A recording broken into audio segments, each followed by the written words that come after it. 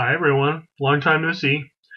I know I've sort of let this channel fall into, well, neglect. There's been a lot of things going on the past few years, but over the past few weeks I've had a chance to write up some reviews, and after a little bit over 3 years, I wanted to come back and maybe tentatively post something, maybe not with the regularity that I used to, but more often than once every 3 years. So with that sort of cursory apology, I'll get to what I hopefully what something you guys get a little bit of enjoyment out of, and that's hearing me talk about books.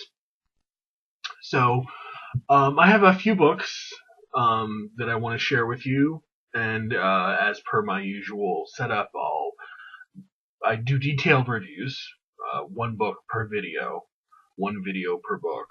So I'll just talk about one now, and it is Young Stalin. This book is by Simon Sebag Montefiore, and as you might be able to tell down there, he is also the author of Stalin, the Court of the Red Tsar, which is volume 2 of this. So this runs to about, excluding source notes and everything, about 380 pages. The Court of the Red Tsar is about another 600. So it's about a 1,000 page biography of Stalin. And as I mentioned in the body of the review, which I'll read in a second, this was actually written after the Court of the Red Tsar. So he wrote about Stalin's, I guess, the better known part of Stalin's life first in the Court of the Red Tsar, and then went back and wrote about his childhood and early adulthood, which is what this book is all about.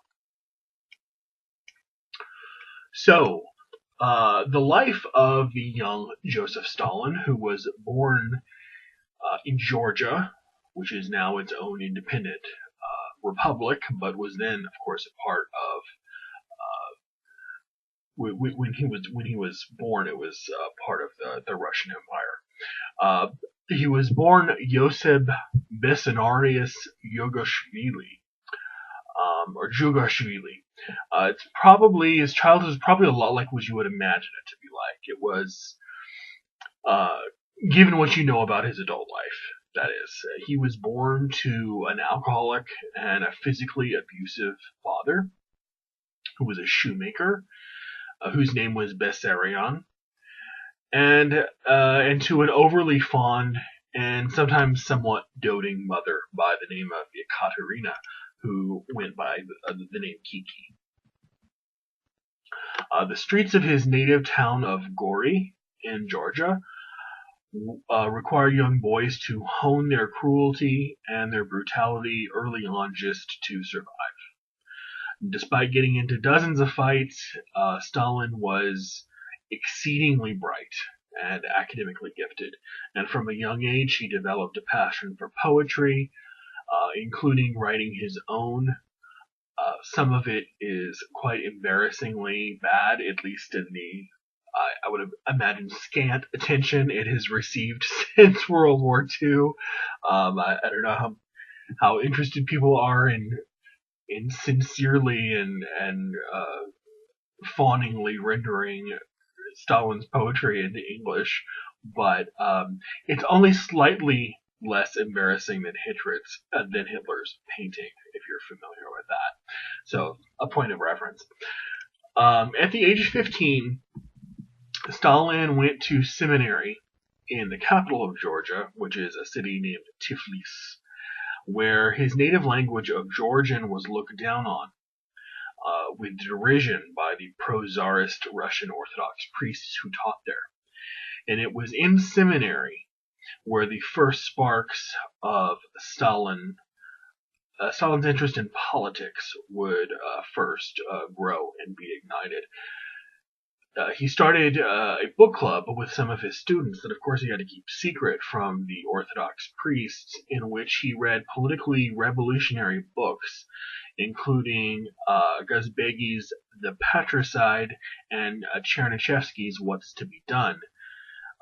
If the title of the book, What is to Be Done, sounds familiar to you, that's because Lenin took it and stole it as the name of one of his better known pamphlets or small books himself. Perhaps, of course, one of the most important authors that he read during this period in seminary was Marx. In 1899, he was kicked out of seminary for missing his exams and never ended up returning. And so starts the life of this fascinating guy, which is a life that's full of violence, full of political intrigue, full of paranoia. Young Stalin, which, like I said, was written chronologically after Simon Sebag Montefiore's Stalin, the Court of the Red Tsar, recounts the first approximately 38 years of his life up and through the events of the October Revolution in 1917.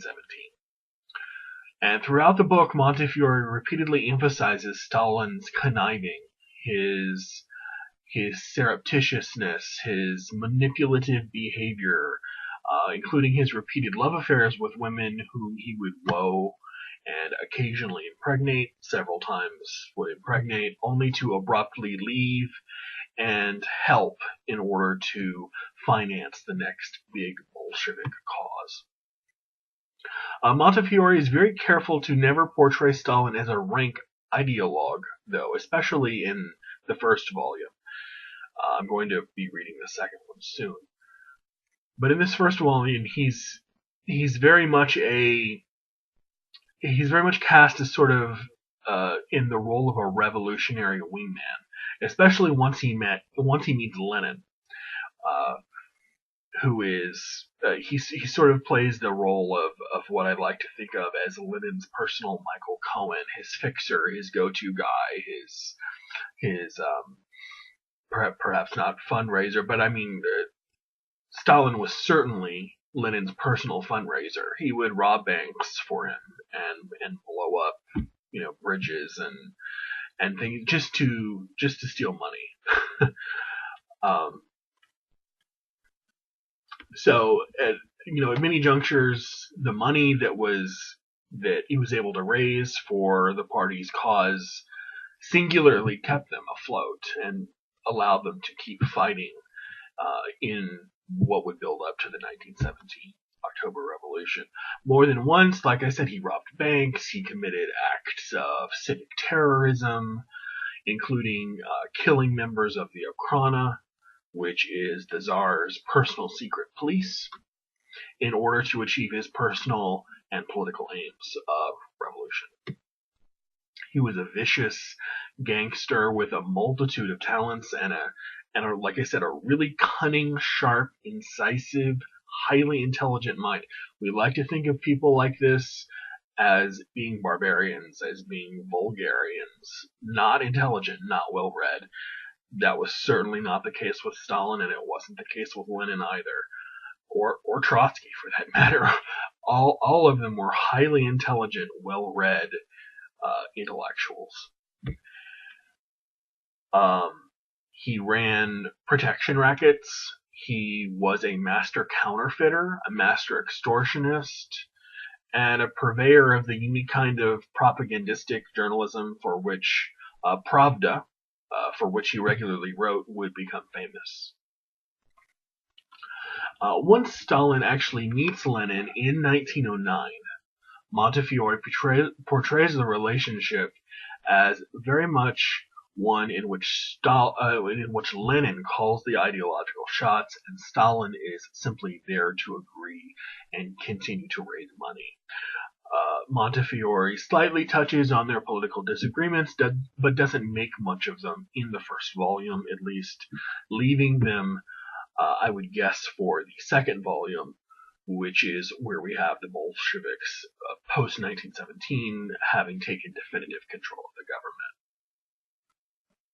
One of the things that Stalin especially resented was Lenin's inability to let go of this idea of bourgeois parliamentarism. Lenin kept wanting to get revolutionaries elected to the Duma, uh, or get elected to the parliament.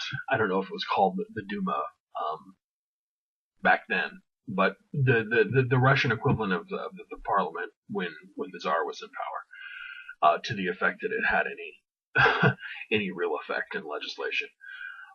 But Stalin was really dead set against this, and he said that revolution had to, couldn't work through parliamentary means and needed to be even more revolutionary and radical than that. In the epilogue of the book, Montefiore quickly glosses over the aftermath of the October Revolution, which is where the second book picks up, I'm guessing, describing how Lenin quickly consolidated his power after 1917, partially through the liquidation of the Mensheviks and his other political enemies.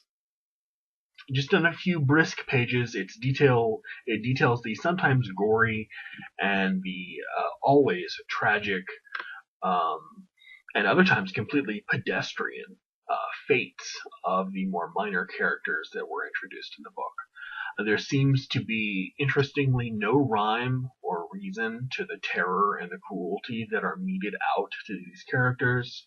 At one turn, Lenin and Stalin would order the execution of friends and long-term supporters, and at the next he would blithely look over those who had been less than amenable to his ideas and just let them live. Given the triumvirate of megalomaniacs at the head of the Bolshevik wing, that would be Lenin, Stalin, and Trotsky, it's amazing that all of them actually saw the other side of the revolution without them offing one another.